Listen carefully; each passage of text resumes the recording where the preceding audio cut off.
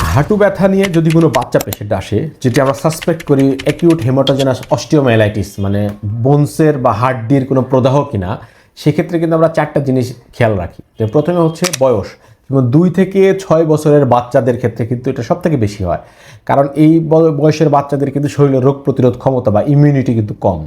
2 নম্বরে আমরা যেটা দেখি তার সেক্স, যেমন এটা কিন্তু মেল বা পুরুষ বা ছেলে বাচ্চাদের কিন্তু এই যে অস্টিওমাইলাইটিসটা বেশি হয়।